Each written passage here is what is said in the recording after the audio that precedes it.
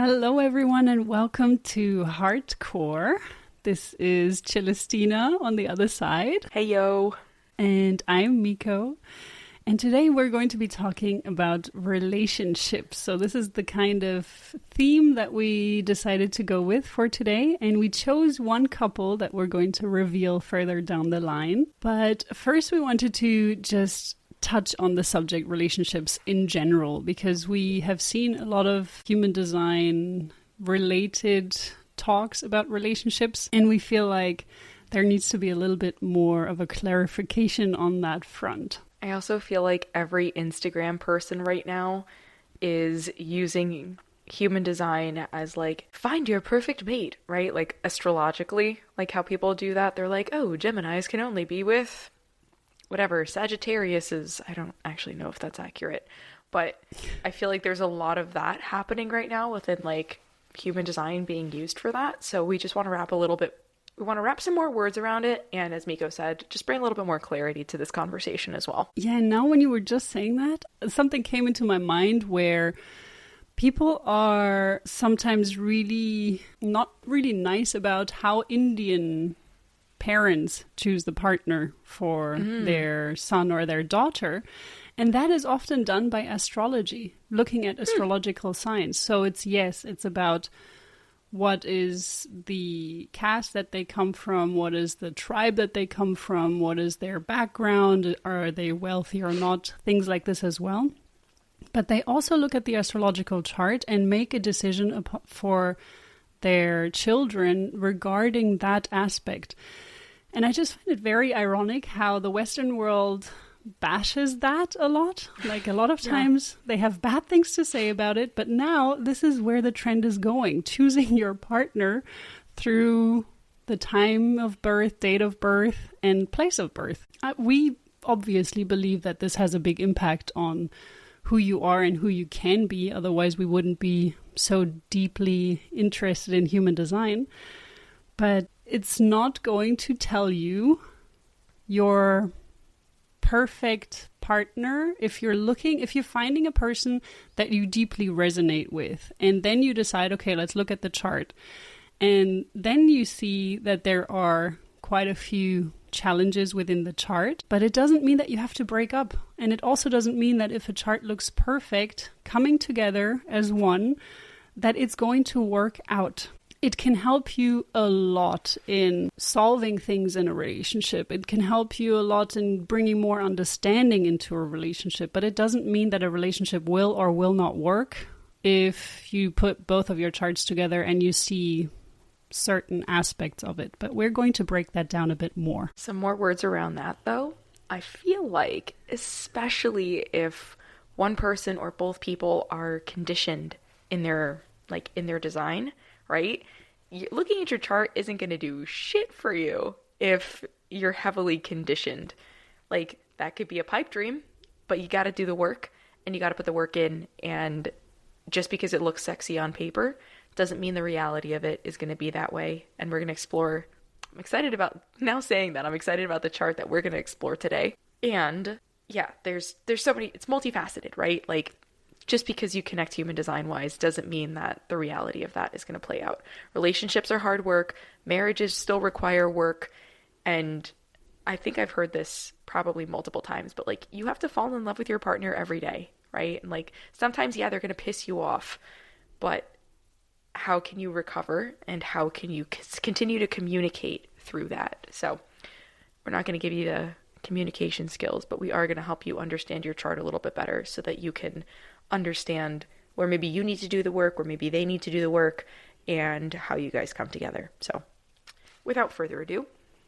Absolutely right. And this conditioning part, I actually want to jump on that again to make this point very, very clear. You first have to work on yourself. And it doesn't mean that you have to be perfect. It doesn't mean you have to have it all figured out from the get-go for yourself. Like, you don't have to be 100% in love with yourself already, and you don't have to be the perfect human to enter into a relationship.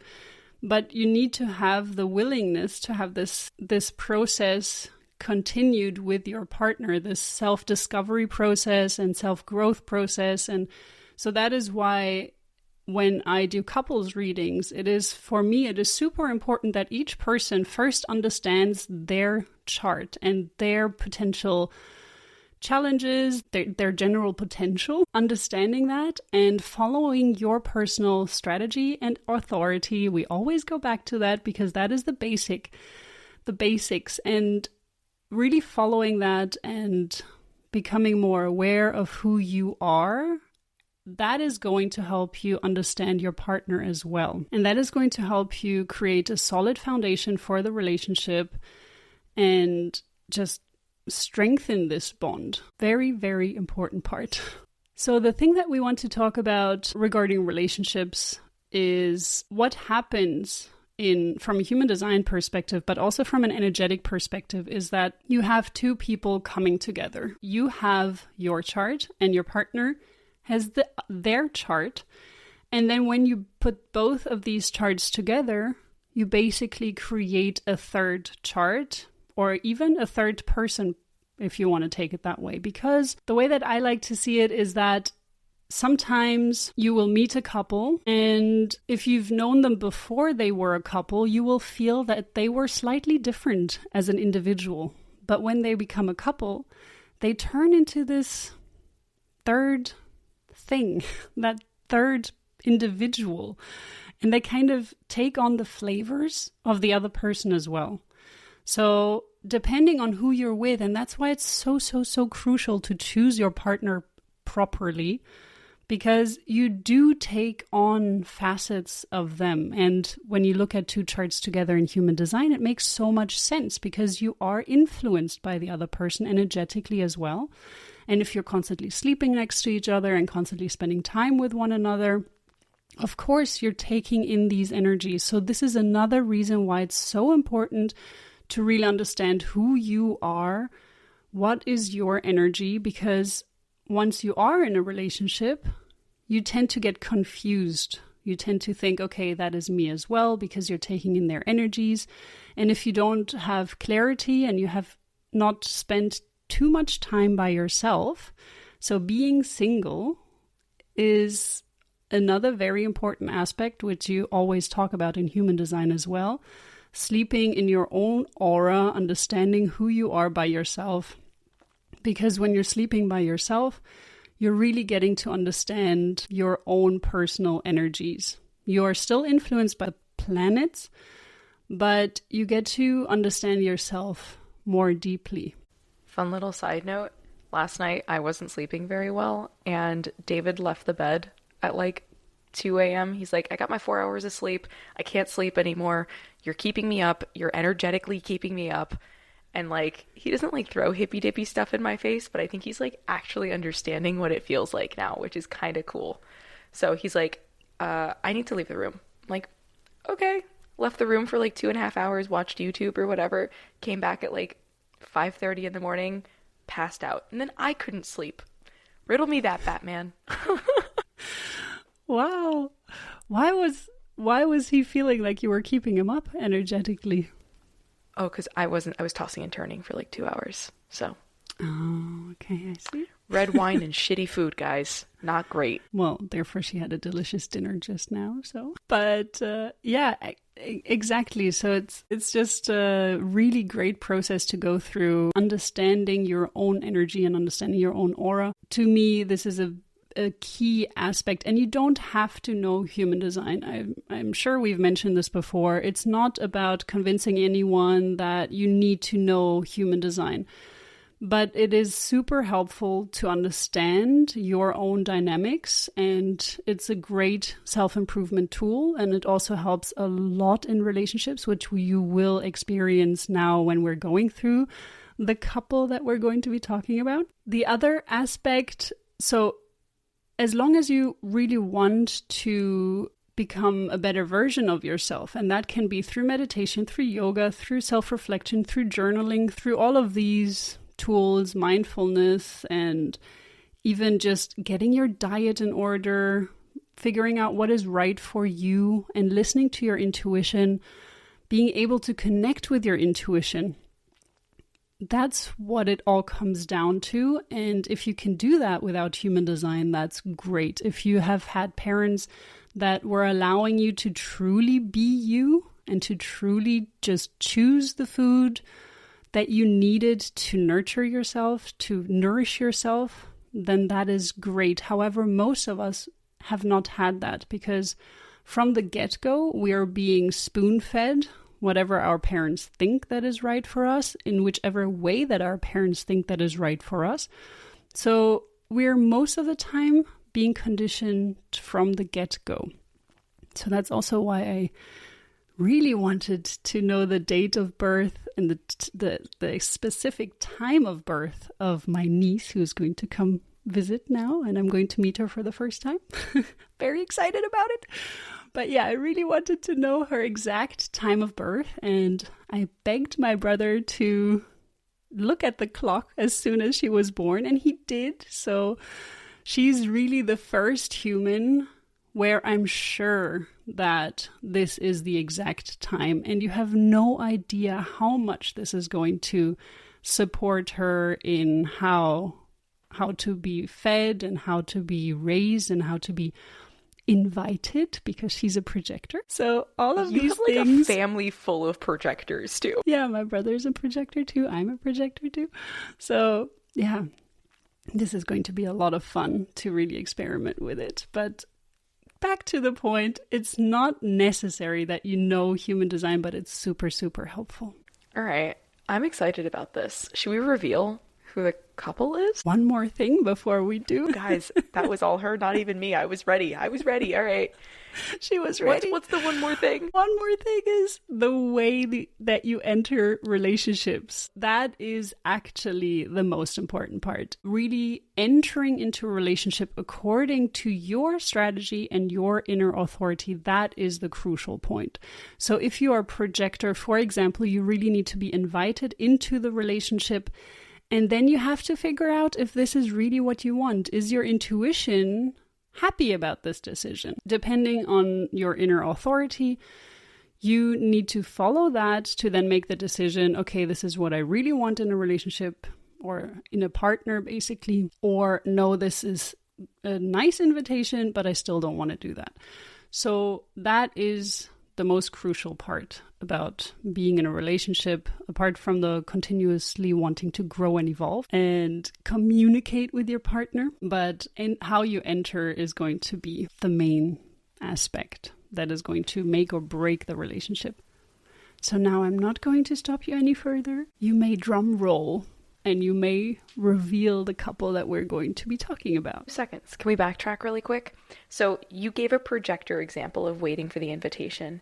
For a manifestor, that would mean initiating. For a generator type, that would mean responding to potentially an initiation or responding to an invitation. And then a reflector has to wait 30 freaking days before they enter a relationship? Is that what we're talking about here? That's exactly what we're talking about. Yep. And that may sound crazy, but the first thing, you're absolutely right. A reflector needs to wait 28 days approximately.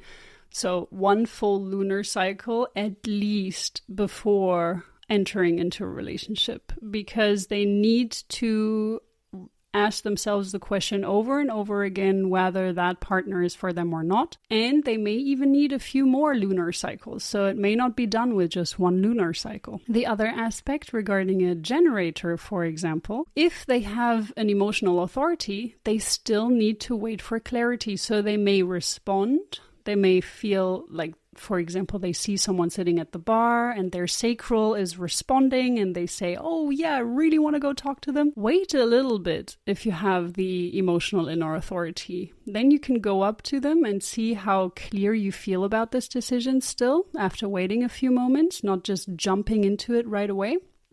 And even if you've started to initiate the initial connection, basically, because your sacral asked you to respond to this, then you still shouldn't jump right into bed. This is not something that an emotional authority should do. You should wait until you have clarity, wait out your emotional wave, because you may be super high on life that evening, but the next day you may be super low. And if you don't wait out that emotional wave and you experience all your ups and downs, then making a decision that is so important as being in a relationship, that is not how you should go about it. Thanks for the clarity there. I was literally just thinking about how David and I met, but like then also how our relationship progressed. I'm not going to give you guys all that. That's whole TMI, but that's fair. That's accurate. I get it. I think that this also needs to... Go ahead. No. Then it also, on top of that, it depends on your profiles. Yeah. 6'2s. 6'2s in the house. Soulmates or one-night stands. Those are the two sides of the 6 line. What's interesting about this, though, is like, think about this not just like sexual partner, life partner relationship, right? Like, think about this, consider this when we're talking about this, like everyone who's in your life, whether it's family, whether it's friends, other people that you bring into your life, a work husband, a work wife, right? All of that needs to be taken into account relationship wise. It's not just your significant other, your spouse, your partner. So also keep that in mind as we're having this discussion. 100%. Would you like to do the reveal of the couple? Like 10 minutes later, yes. Yes, I would. We went on such a tangent. I love it. So we're like a year behind the curve, but we're doing Johnny Depp and Amber Heard because Miko was like, oh, like we could do a couple like Johnny Depp or Amber Heard. And then we like dove a little bit deeper. We were like, oh, damn. Yeah, this would be solid. Also, neither of us are very up on Hollywood, like at all. And with a quick Google search, Miko still landed on this. So heart pull to Johnny Depp and Amber Heard a year late. Nonetheless, this is going to be a very interesting one to dissect. Yeah, and because we are so much in love with shadow aspects as well, I thought that this was additionally going to get a heart pull out of Celestina. At the beginning, she didn't know anything about it. So I just got a thumbs up, basically. And I was like, oh my God, that is not the topic. I didn't follow this case at all. Like, I ignore Hollywood as much as possible. Sorry, actors and actresses out there. Except for Jennifer Aniston, because I love you. Well, I also don't follow it, and that should have been clear to all of you already in some of our previous episodes that we're not on the, well, up to date. That's why a year late. No, but the reason why I got so much into this was because I am watching the behavior panel. Shout out to them. I know they have like 50,000 or no, millions of followers by now. They don't need the shout out, but I really love what they're doing. It's 4 body language experts, all experts in their own proper field.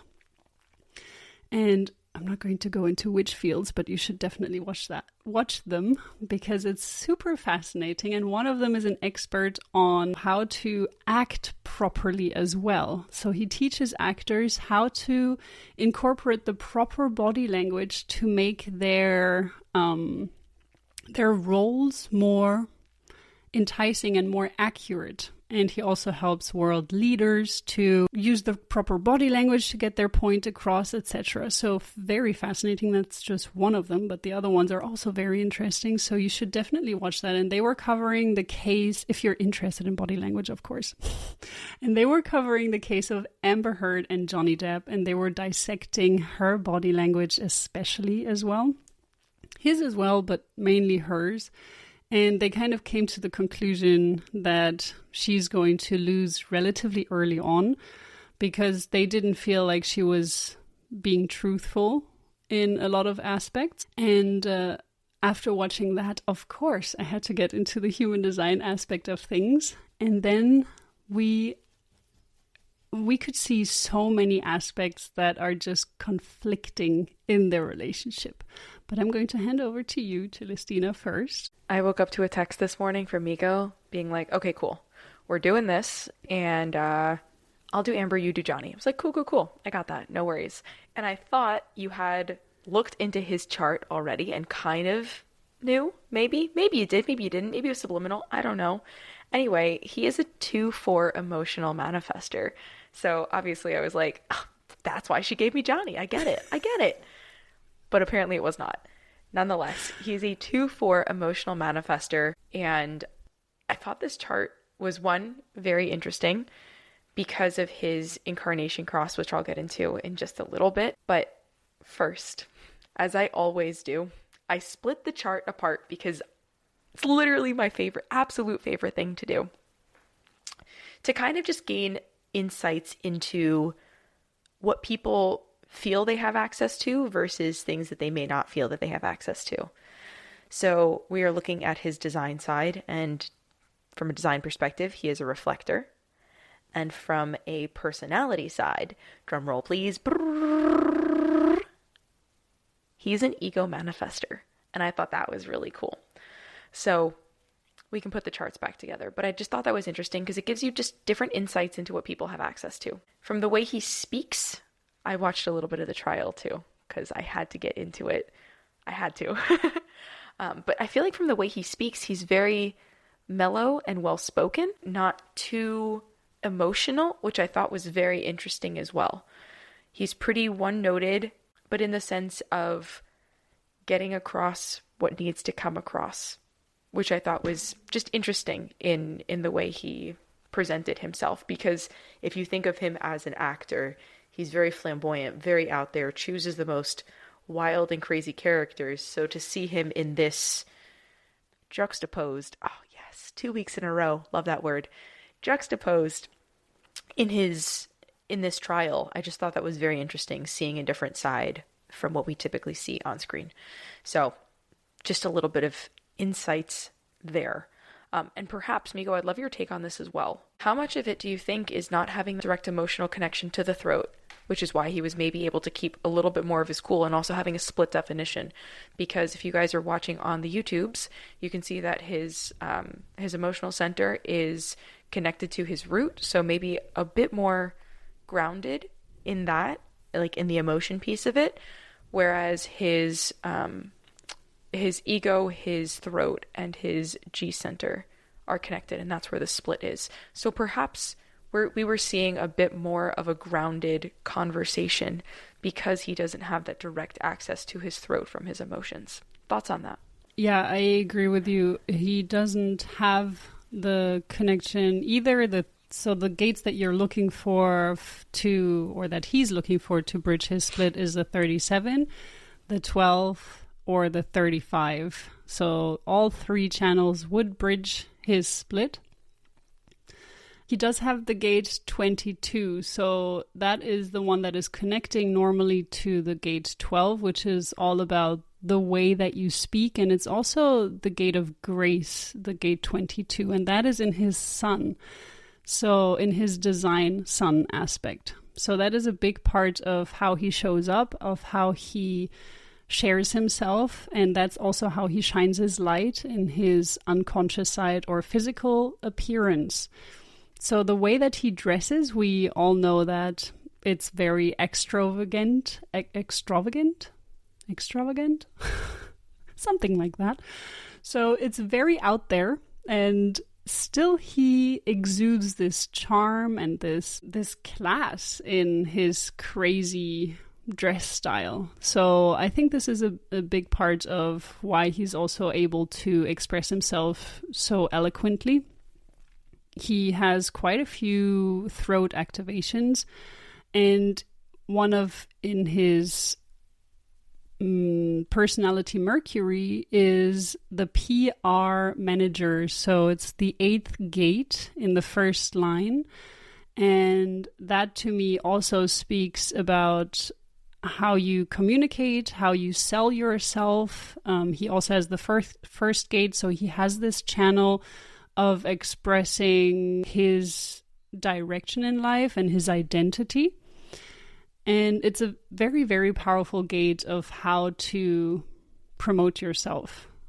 And I think that plays a big part in his way of speaking. He also has your channel, as you know, and you're going to be talking about that. But that again also points towards this king aspect, this leadership aspect. So I think all of these things play a role, and the fact that the emotional center is not connected, it does mean that he cannot express his emotions consistently, let's say that. He has two different personalities inside of him. that need to kind of find the connection towards one another. So he does need more time, even more time than a normal emotional being. So I think all of that definitely plays a role in how he communicates. Thank you for those greater insights. Yeah, I mean, I can assume things by looking at the chart, but I feel like you just go so much more beautifully in depth than I do. So I appreciate that. Yeah. So the 45, like gate 45, actually he has the whole line, right? Like he has the whole channel, 45, 21. But 45 is in his conscious sun. And obviously this makes up is a portion of his incarnation cross that Miko alluded to. So he has the incarnation cross of rulership, which I don't know their house dynamic, right? I didn't watch that much of the trials, but I understand that she defamed him, or seemingly, allegedly, that's the right word, that's the right court word, allegedly defamed Johnny Depp in a news article, or in an article back in like 2017, and that's what kind of progressed all of this. So, I mean, the court decided as to what happened in their home, right? But were we there? No. Do we know what their interactions were? No. However, I just think that this is a very interesting, what's it called? Incarnation cross to have. So the court of rulership, the incarnation cross that he has is, I'm here to rule, basically a my way or the highway kind of mindset around this. And that can be done eloquently, and that can be done distastefully, right? But as Miko pointed out, there you go, the gate of grace is also within this rulership incarnation cross, right? So gate 22 in his unconscious sun. So I think that there is, there you go, if you guys are watching on YouTube. So I think that there is some grace that can come with that, right? It doesn't have to be my way or the highway if this person is not conditioned in that way, or less conditioned in that way, and living a little bit more in an aligned way. So I just thought that was interesting to mention. But yes, he does have the money channel from 45 to 21. Gate 22, the gate of grace, we've discussed already. I think we've seen this come out in him as well. And lastly, the last piece of his incarnation cross is gate 47, coming out of the ajna towards the head. Gate 47, the gate of oppression.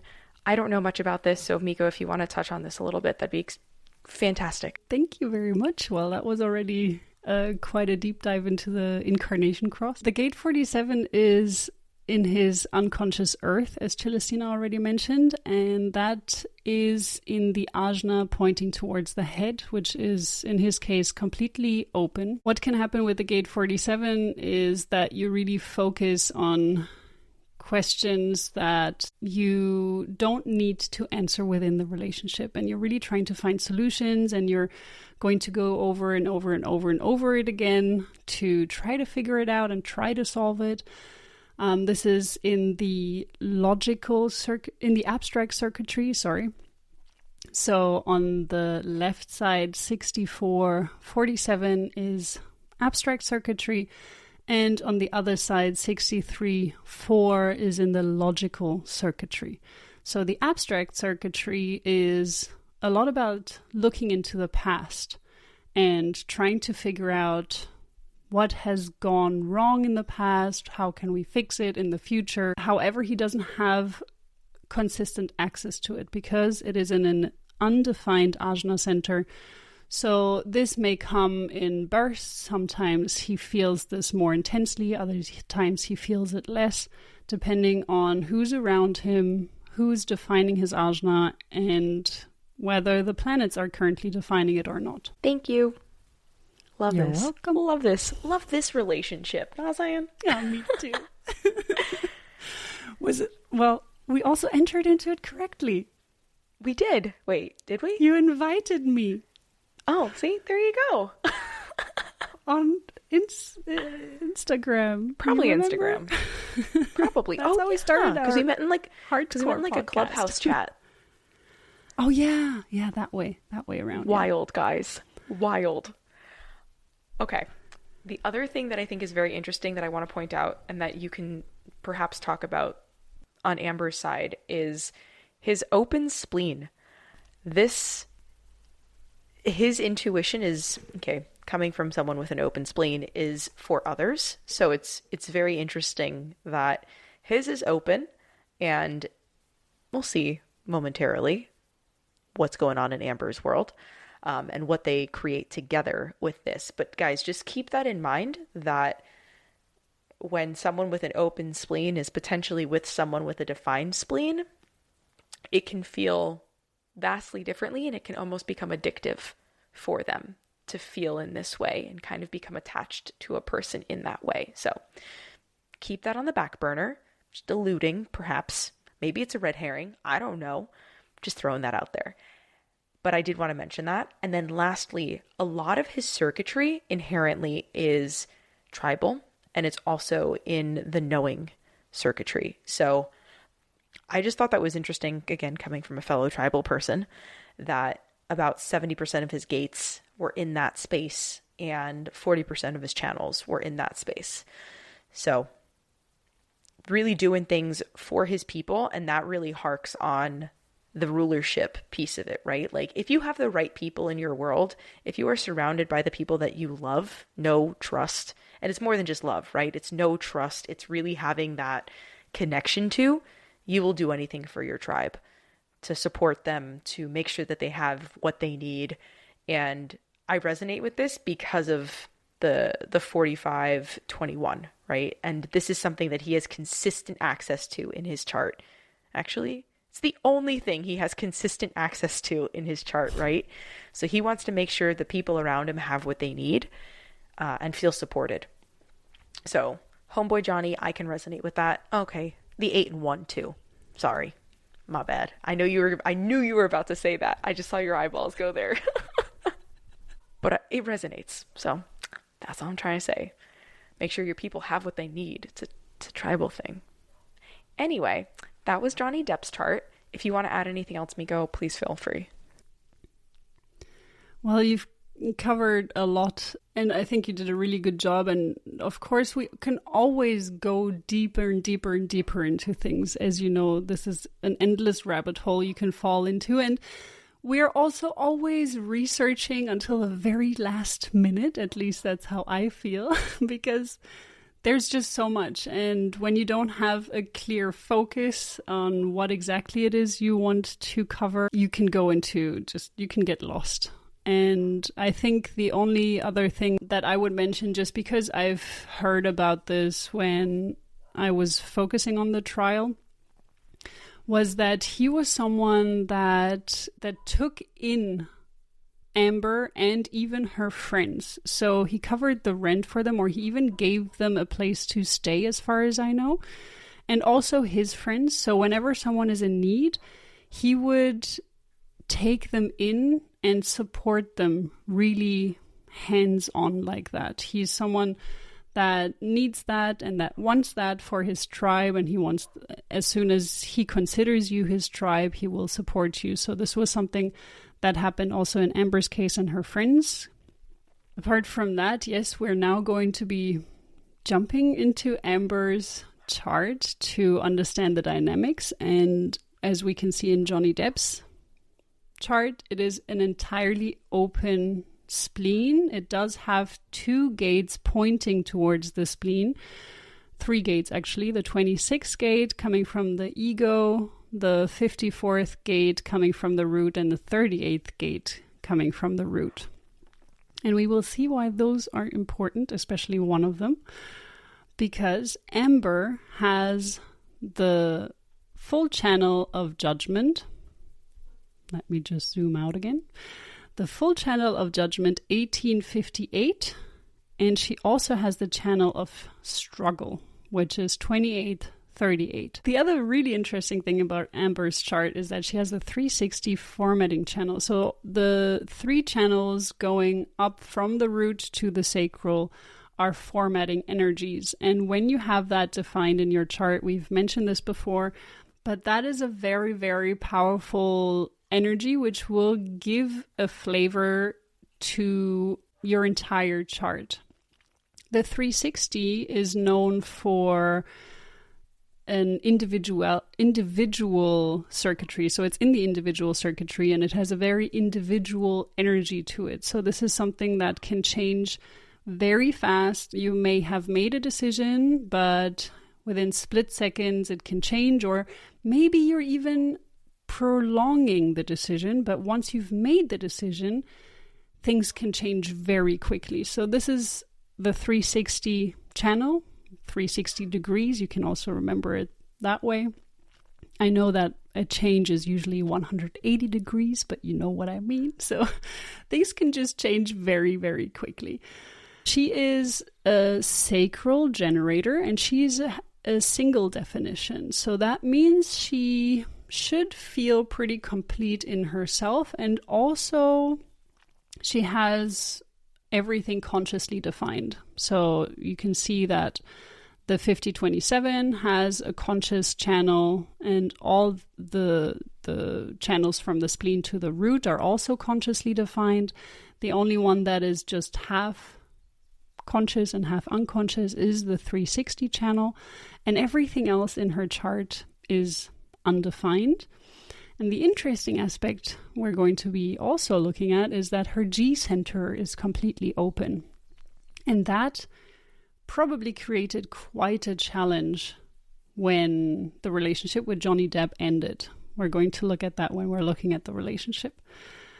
But her as a sacral generator directly connected to the spleen has the ability to make quite fast gut related decisions. So she really needs something to respond to, and then she can make fast decisions with her 2750 channel defined, connecting the spleen. Also, always a fun fact to know, which we've mentioned before in the sports episode, but she can really exercise on her own, and that is a healthy thing for her because she can really just clear out her whole energy and immune system. By doing that, she has the energy coming from the sacral, going to the spleen, that cleanses that, and she also has the connection to the root towards the spleen. So lots of power, adrenaline, life force energy. Yeah, she must have been a very energetic individual. She has 2 of the 4 motors defined, so it's not the most energetic individual.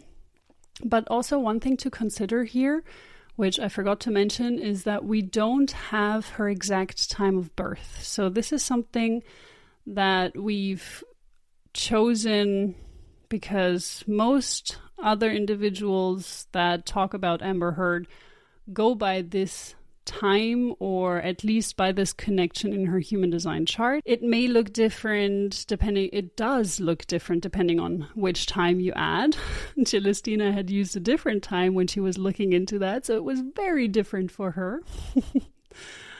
So we're really going by the 1203 time. It depends what time you add. If you add it for AM hours, PM hours, it does change. We also have a 1-3 profile. So this will also become interesting when we're looking at Amber and Johnny's design together.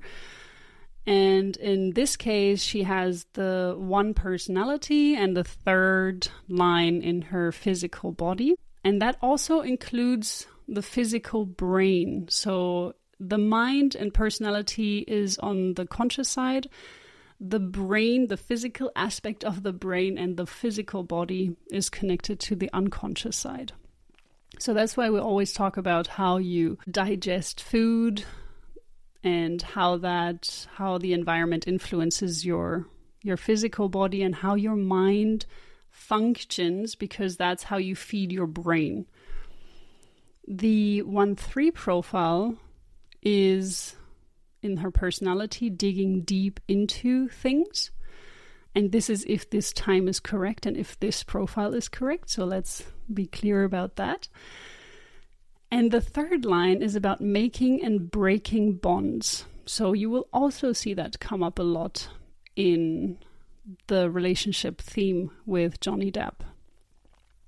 She has an undefined emotional solar plexus. This will also play a big role.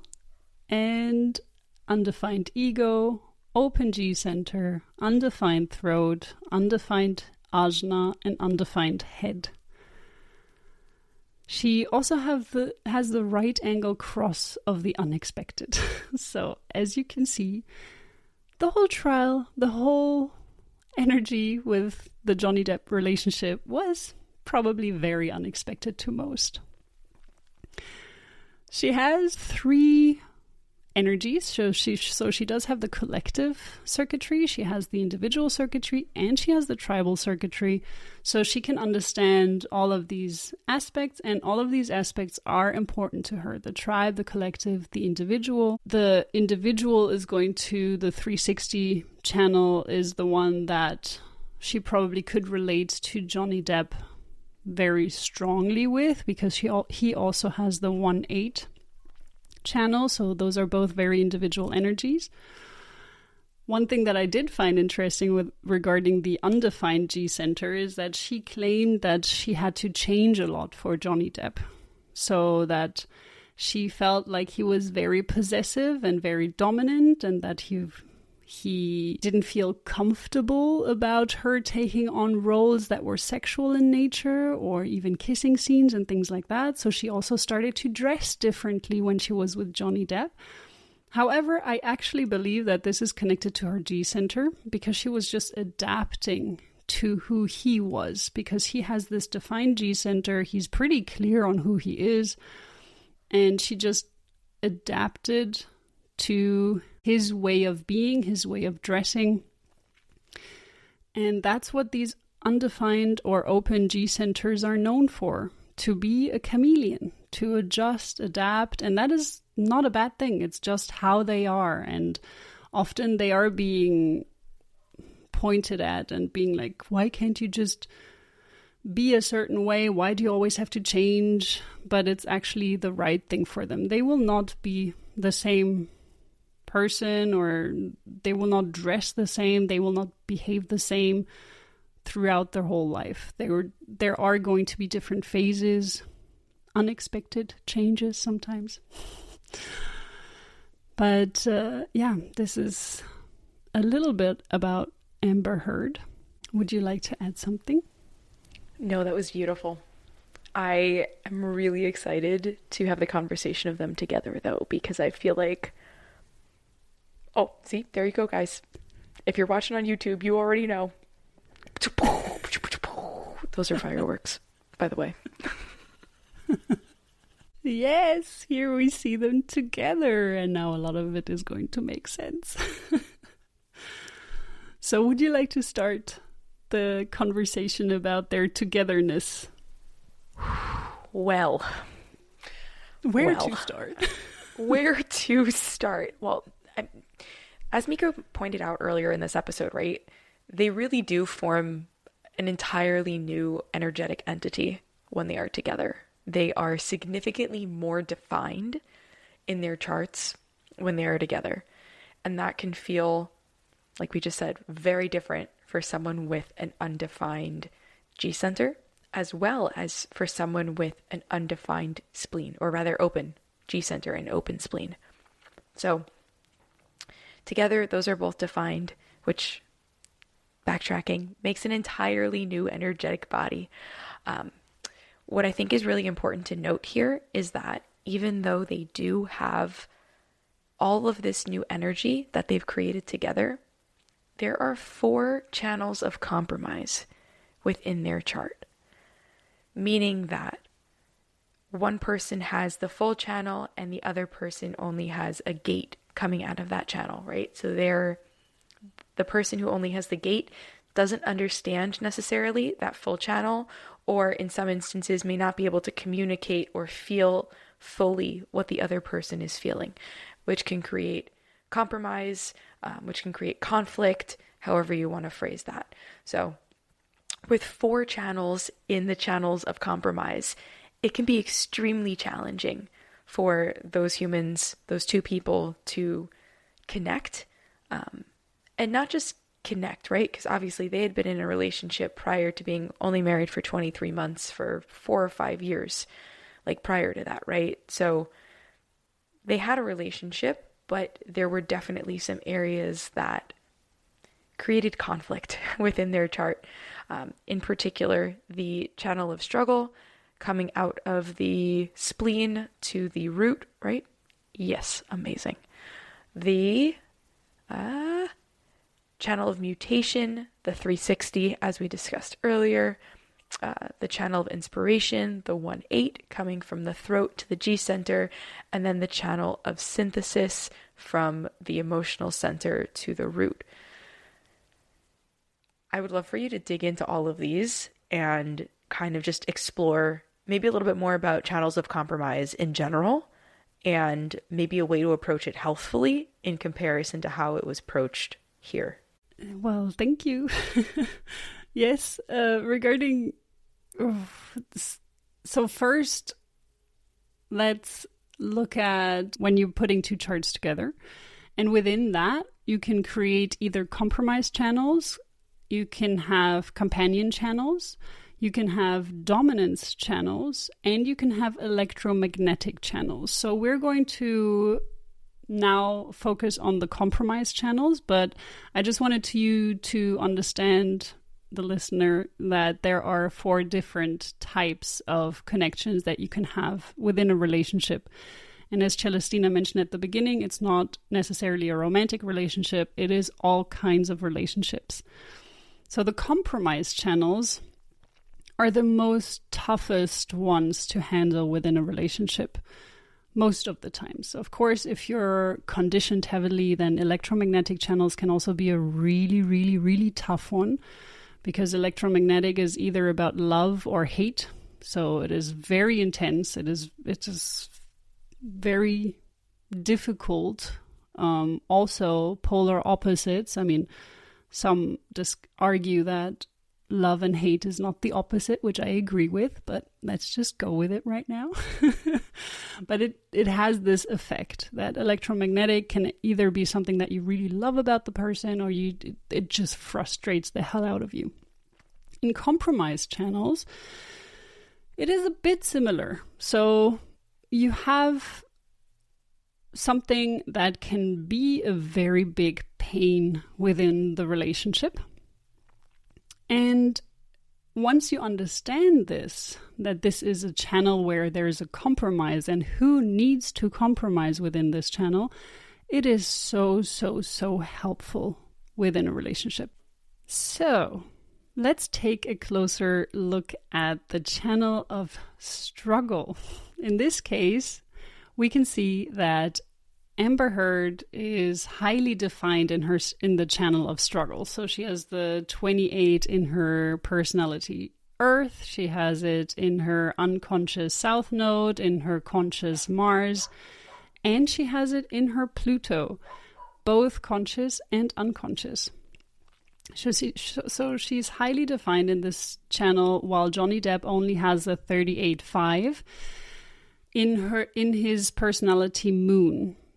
And that means that there is a strong compromise in this channel. So the compromise here is on Johnny Depp's side. He needs to be the one compromising, while Amber Heard needs to be able to take the lead. However, the very important part in this is that she needs to be on her deconditioning path. So if she's not aware of human design, or if she's not someone that really wants to become better and better with every step you take, it can be an extremely challenging compromise channel in any relationship. So in general, it is a difficult channel to have, but it's just, if you're not aware and if you don't know how to handle that energy, it can be very, very complex and destructive towards a relationship. So the reason why that is because the 38 is known as the gate of the fighter. And the important thing about this is that you really need to figure out what is worth fighting for.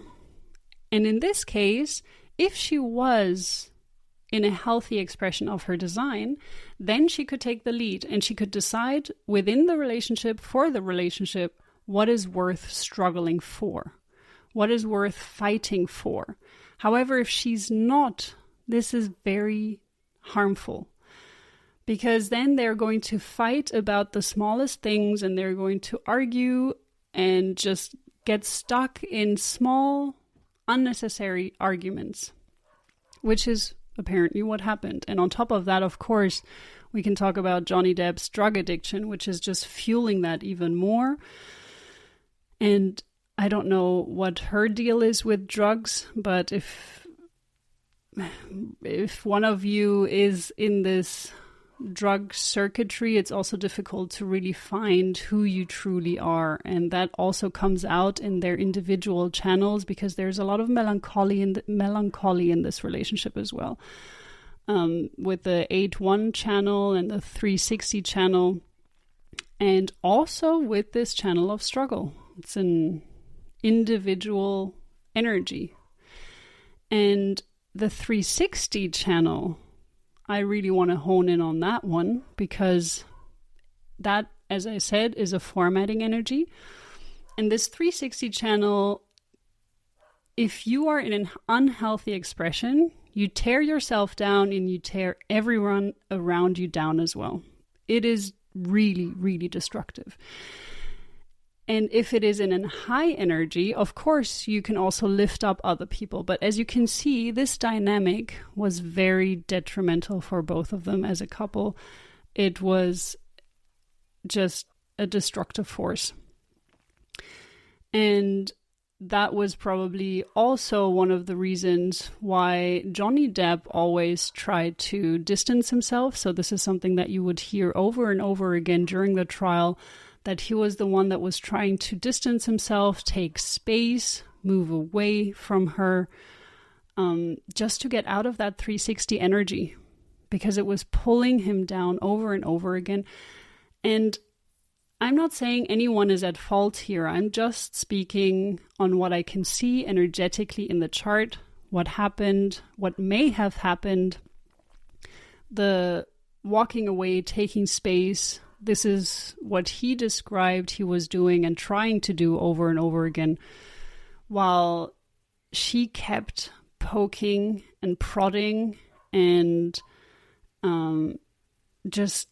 he says that she knew what to ride on, what to poke on. And I swear, I have the gate 38.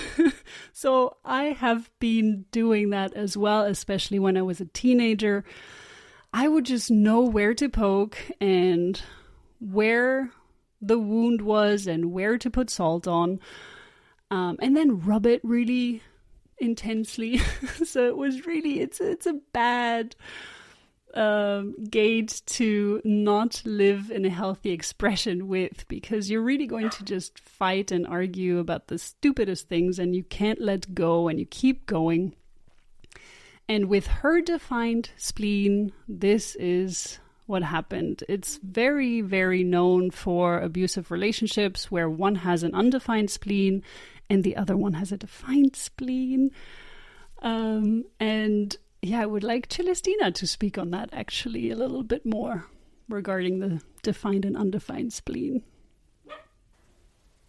Yeah, so we've touched on this, I believe, in the centers episode that we did, right? But I guess just a little bit of a recap for you guys. Having the intuition for others when it's opened, and having intuition for yourself when it is defined. I don't think I've experienced this myself, but it was interesting because when Miko and I first met in person a couple of years back, you mentioned this, and it was very illuminating. Just because of the group of people we were with, to understand what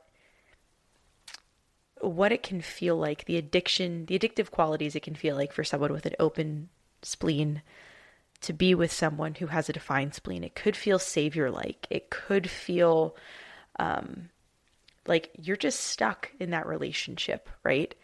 So I think that that's something that is important to assess if you are in one, right? And I'm not saying that every undefined spleen in a relationship with a defined spleen is going to feel that way. My husband has a defined spleen, and I don't feel like he's my savior. He's just a cool dude that I ended up being with for the last over a decade. So I think that that is something important to note. But if you haven't done the work, or if there is perhaps a lack of confidence on your end, it could feel addictive. It could border on toxicity in the relationship. So I think that is something that it just needs to be illuminated, and it needs to be just looked at if that is the case for you in your world. And that's just a quick little side note. But in this relationship, there was probably some toxicity of maybe Johnny feeling the need to have her in his life. My understanding is that they met on the set of Rum Diaries and like clicked instantly. Again, I just did a wee bit of investigation on this, but they clicked instantly during like the press tour of this. So maybe there was something there that sparked the interest during the press tour, and it was almost, I don't know. I don't know what he felt, but it could have been this, that need to have her in his life, that she was filling a part of him that he didn't have access to consistently, right? And that's kind of what bringing two energies together is. You just have to determine if it's healthy or unhealthy for you. And that's your journey. We can't tell you that. And even looking at your chart can't really tell you that. So that's my 2 cents on the spleen. Loved it. Yes, absolutely correct. The undefined or open spleen doesn't know when to let go, basically. This is the theme when you're in the shadow aspect of things. And the undefined or open sacral doesn't know when enough is enough. So if you look at this relationship, I would be very curious who actually broke it off eventually. I don't know if you did some research on this, but for Johnny Depp, it must have been very, very difficult to actually leave this relationship, because if he's in his unhealthy expression, yeah. I did see notes of him saying they were trying to work it out, or like trying to work through it. So sorry, Boo Boo Johnny. Yeah, and on top of that, I mean, it is his second marriage? Third marriage? I don't know.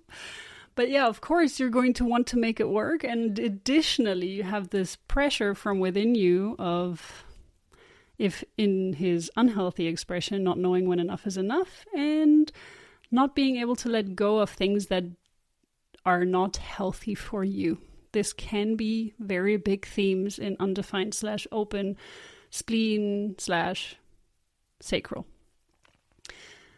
The other dynamic that I see here is that Johnny Depp has a defined ego. So that is also very attractive to Amber, because she will feel more willpower when he's around. She will feel more sure of her own direction in life, even though it may be influenced by him. So of course it is influenced by him because he has the 1-8 channel and he has got the G center defined. And additionally, he has the ego defined, which gives her the willpower to go after things. So on top of all of that, Johnny Depp having the emotional center defined, unconsciously defined, and also all of the gates unconsciously defined in his chart, which we can see if we go back to his chart. Except for the 49th gate. That is the only one that is consciously defined. However, the 19th gate is unconsciously defined. So his emotional solar plexus is unconsciously defined. And that one is also creating a compromise within their togetherness. And that is the way that he makes decisions, through this channel of sensitivity. So for him, it is still a very important channel, very important gate. And within that, Amber is creating the compromise in his emotional solar plexus. She may not have felt heard by him a lot of times. She may have felt like he's not hearing her emotions. But then again, he's the emotionally defined one. So what happens in this relationship is that if he's being emotional, she's the one taking it in. And because we already know that he doesn't have consistent access to expressing his emotions, she then takes over with her undefined throat as well. She then takes over and just bursts it out and expresses all the emotions that she's feeling from him. She's amplifying them, and then the whole chaos happens. So the reason why we chose this relationship is because we really want to show you as well that even though this relationship in particular didn't work out, it doesn't mean that when you do have this kind of design and this kind of energy within your relationship that you cannot make it work. It's all about awareness, communication. So even though he doesn't have consistent access to expressing his emotions, you really, really need to give him time. You as Amber, or if you are in a similar relationship, you need to give the other person, the individual, the emotional being, time to digest his or her emotions and to really understand what is even going on.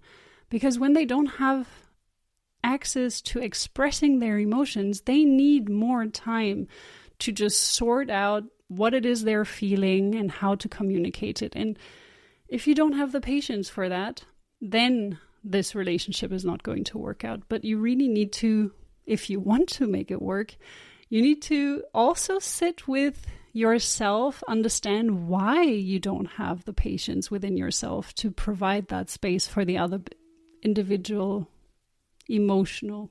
for the other emotional being.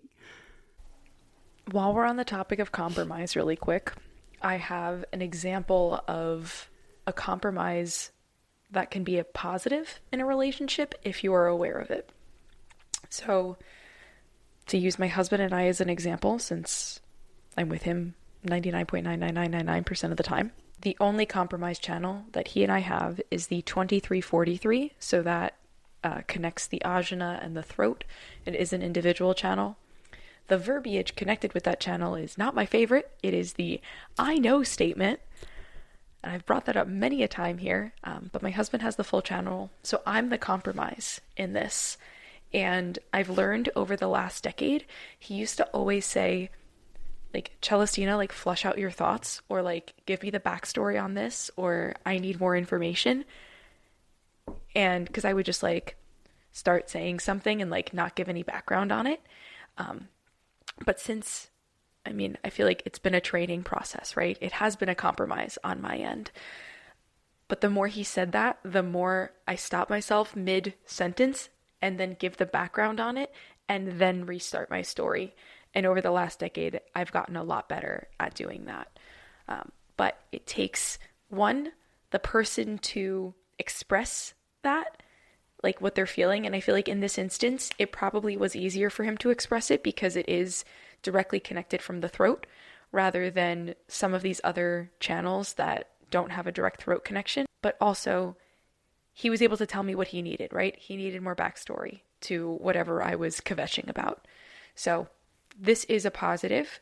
And again, just because it is a compromise in your chart doesn't mean that it can't be worked through if both people are aware and willing someone is willing to make that compromise, especially if it's as easy as just explaining the backstory behind something, right? Or putting the cap on the toothpaste, but that's a whole different thing, man. Oof. Or squeezing the toothpaste. My pet peeve is squeezing the toothpaste from the middle of the bottle instead of the back. What rogue person does that? We have different tubes of toothpaste now because I can't handle that. See, this is exactly the channel that Amber Heard has dominance in. So let's take a look at that 1 second.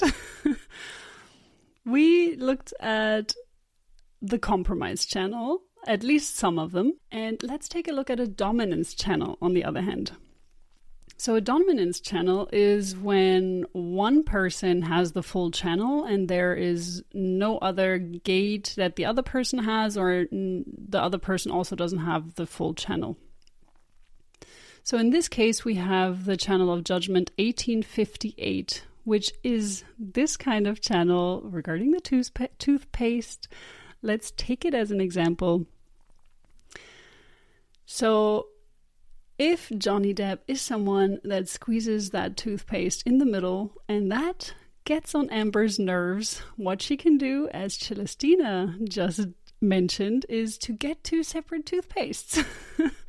And then she doesn't have to deal with that being an issue in the relationship. He has his toothpaste and he can do whatever he wants with it, and she has her toothpaste.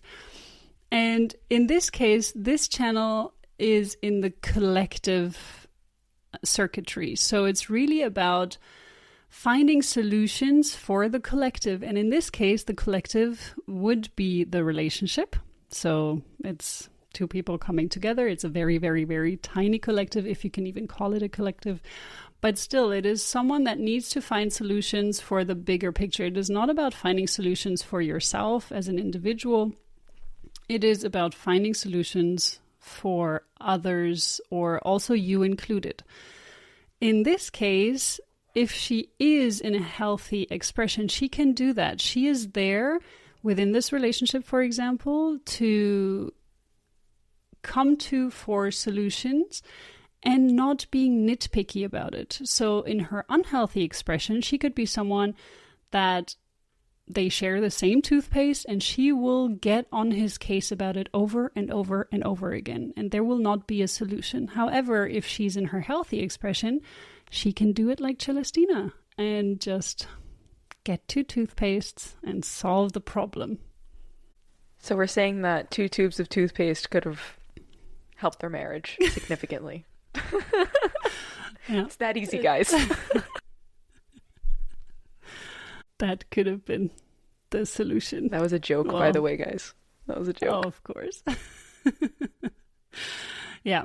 No, but it is definitely a channel that can just figure out what is the right solution for challenges within the relationship. And she has the dominance. So she is the one that should work on being a healthy expression of herself as well, especially for this instance in the relationship where you need to find a solution.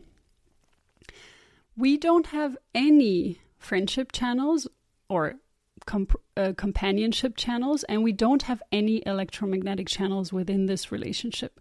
However, one thing that I wanted to touch on before showing you a chart that does have that is the fact that there's still a split definition. So you can see she's not bridging his split, so he's still not feeling entirely complete with her. And this is also not a problem. There is no such thing as problems. There's only challenges, which we can then overcome if we want to.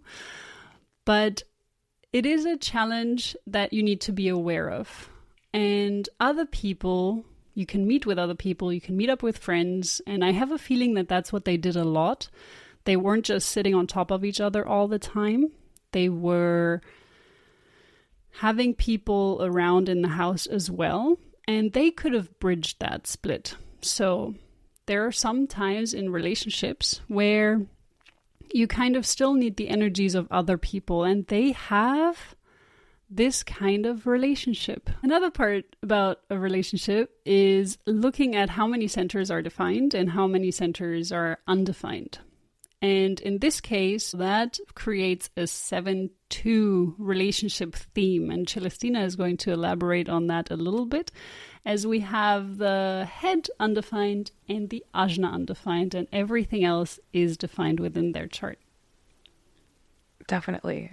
So 7-2 comes with a fun little rhyme, some work to do. So they definitely had personal work to do to make this relationship work. Whether they did it or not, totes up to them.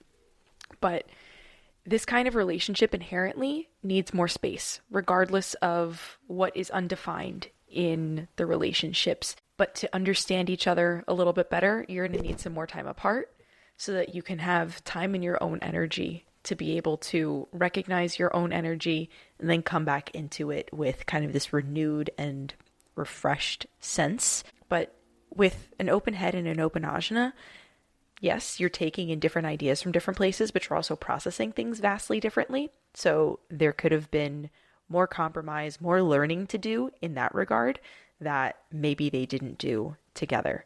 But very much so with the 7-2 relationship theme, having space and having escapes from each other is really important. So I don't know if they did that or not, but if you're saying they had people over, maybe they did. Maybe that was helpful for them. So one, help them feel more together and bridge that split, but also maybe that was a way for them to gain outside perspectives and, again, understand themselves individually and then come together. But there we go. So the other thing when it comes to undefined or open centers, even within a relationship, Ra always said that this is where you go to school. Like, this is where you get to be a student, and this is where you get to learn. So this is the centers that are undefined or open within your relationship is where you find inspiration and lessons from the outside world, and where you can also, of course, grow as a couple. And the centers that you share within the relationship is where you can relate to one another. So in their case, you can see that Amber has the root defined and Johnny Depp has his root defined. So this is kind of where they connect and where they are able to understand one another. So this is one aspect that you would look at within your relationship. Which centers do you both have defined? What themes are you connecting with most with the other person? What can you relate to when it comes to the other person? And the things that you don't have in common are the areas that you can actually, in theory, not really understand about the other person. Where do you really understand the other person, or how do you really see the other person? Because you will always see someone very differently than another person, because you always have your definition, your design, which influences you in how you will be able to see the other person. And I found that just mind-blowing when you're thinking about it, because if my brother looks at one person, he will see a different person than when I look at another person, or more like connect with another person. That's a better way to say it. And if there is no companionship channel, then you will never really fully understand an aspect of another person, because the companionship channels are where you really understand the other person pretty much just like you understand yourself in this aspect. Of course, then it comes also down to the lines that are defined and the colors, tones, and bases. But that really is a place where you understand the other person just like you would understand yourself. Not 100%, but very close to it. So I would like to show you a chart where we do have a companionship channel, which is this one, 2551, as a companionship channel. And as you can see, both charts, so the person B and person A, both have this channel defined. And therefore, they both bring this energy into the relationship, and they both understand the G center energies and the ego center energies. So those are already two channels where they can connect. They can connect on the love and direction aspect of life, and they can connect on the willpower aspect of life, the ego aspects of life. So to me, companionship channels are also, of course, very interesting and fascinating, because they create very strong friendships that can be in a relationship, that can be in a friendship or partnership of business kinds or family or whatever that may be. But they do create a very strong foundations if the two individuals are functioning properly. Of course, that's always the if. And also in this case, you can see that it's a single definition. So they do really feel complete with one another. And additionally, it's a 9 and 0 nowhere to go. So that relationship theme, it's a very locked in place relationship. So in this case, these two individuals, they could sit in one room and just spend their time together and not move, and they don't need anyone else. They feel complete with one another. They have the 9 and 0 nowhere to go relationship theme. So it's all about them. You don't need friends. And what can happen with this relationship is that you really just stay at home, don't go out, and just sit on top of one another and just enjoy each other's company. And then at some point, 30 years down the line, your friends may come knocking and be like, hey guys, you still alive? So now I need to see what my parents have. Ooh, that's interesting. They're both 2 lines though. So like, they're pretty hermity, you know? Yeah, like inherently pretty hermity. On top of that. On top of that, yeah, being a hermity line, and you can see here one of the individuals is also a hermit. Yeah. So it could happen. But the other one has the 4th line. So they will still try to kind of venture out and have their family ties. And then it also depends on how many are in the tribal energy. There's a lot of tribal energy in this connection chart. So you can see it's still not going to be as extreme. There are some other charts that would be much more extreme. The other thing is that in this relationship, it would be very tough to incorporate children as well. So because there is no space. So I would really also be interested in what your parents are, because they had you. And if they would be a 9 and 0 nowhere to go kind of relationship, it would be difficult. Yeah, I gotta look at that now. I rock their world for sure, in like a I'm here kind of way, you know? In a good way. Yeah, no, for sure. But now I need to go look at that. I also may have dove into my work husband's chart today, who's a 6-2 reflector, and looked at all of our electromagnetics. And we have like 8 electromagnetics. It's insane. Or something like that. Maybe like 6. But still, it's a lot. Crazy, guys. Oh God, yeah. That's a lot of electromagnetic. I hope that you're both pretty balanced. I mean, he's an Italian dude with emotions sometimes, so it can get intense. I try and keep my shit in check, though. Good. At least you don't amplify each other's emotional solar plexus. But then again, maybe it's defined in your chart. Oh, together it is. There you go. Yeah. And it can bounce back and forth.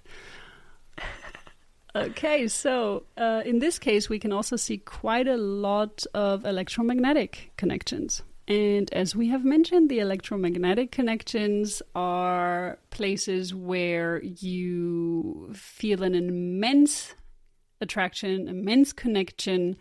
It doesn't have to be sexual in nature, but there is just an immense magnetic connection. And that can be fantastic. It can really work out great, but it can also be a huge challenge if there is no alignment. So if you're not really working on just keeping your stuff in check, as Celestina mentioned, just in other words. But just stepping back and reflecting on what it is that you're feeling, what it is that is happening right now within the dynamic of two people.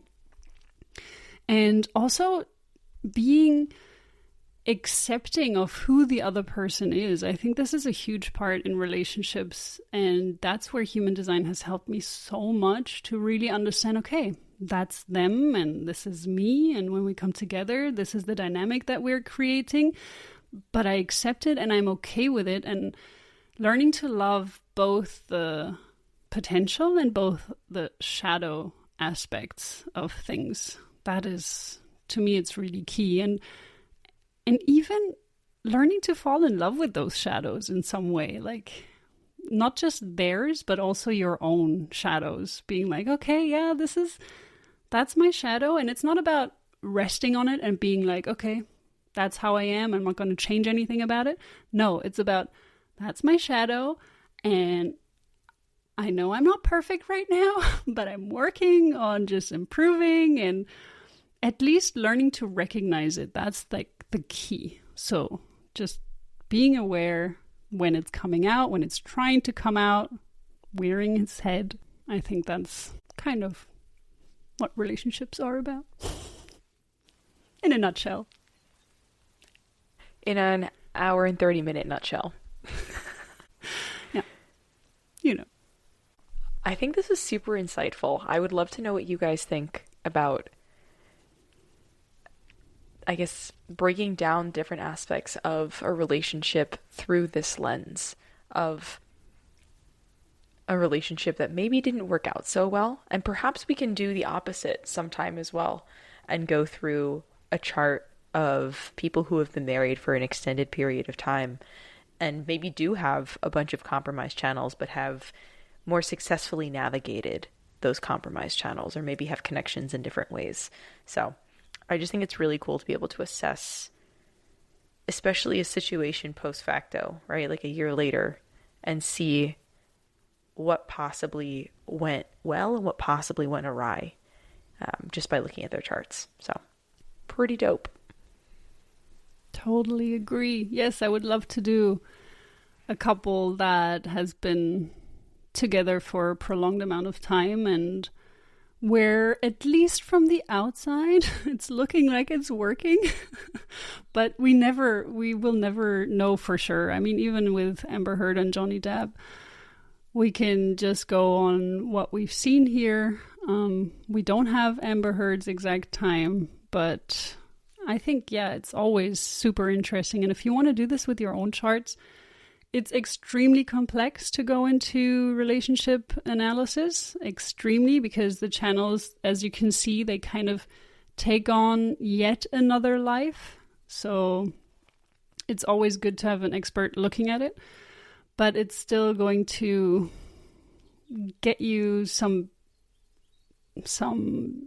tip of the iceberg insight, and even that is going to help you so much already. I've done this, just to give you guys some insights, I've done this so high level for my parents because they don't really know much about human design, only really what I've dribbled out to them if they've asked. But I can't remember I'm pretty sure my dad has the full channel, 1222, and my mom, I think, only has 22, and their disagreements 99.999% of the time happen because of that compromised channel, or that the fact that she only has the gate and not the full connection to the throat, right? Like the inability to speak out the emotions completely. Similarly to the issue that I had with David, right? Like not being able to formulate my thoughts completely.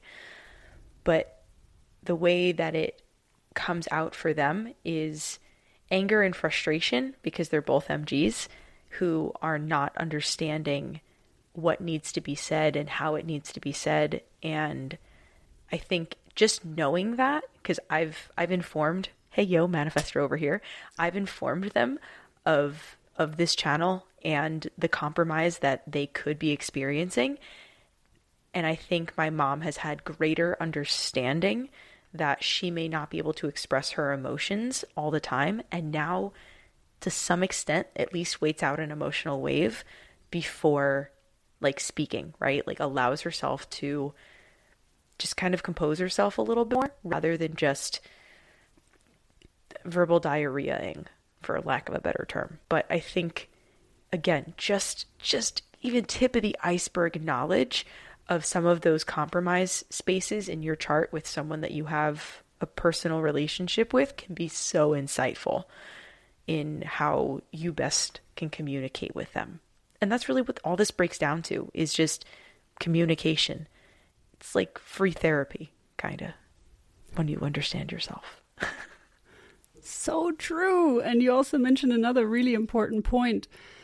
As soon as the emotional solar plexus becomes defined within a connection chart, so within two people coming together, that is the inner authority for the relationship. It overpowers your own inner authority when it comes to the relationship. It doesn't overpower your own decision mechanism for yourself, but when you're coming together as a couple or as two people, it doesn't, as we always say, it doesn't have to be a romantic relationship, but just as two people coming together, the emotional solar plexus takes over. So you need time to make decisions. And with that being said, it was wonderful being here once again. I hope you guys enjoyed yourselves. And if you have any kind of questions or requests or just anything you would like to say to us, follow us on Instagram at HardcoreHD and leave us a message. Also give us a thumbs up if you like it, or give us a rating if you like this. And we would love to have you here again next time. Until next week, guys. Ciao. Bye. Thank you for listening.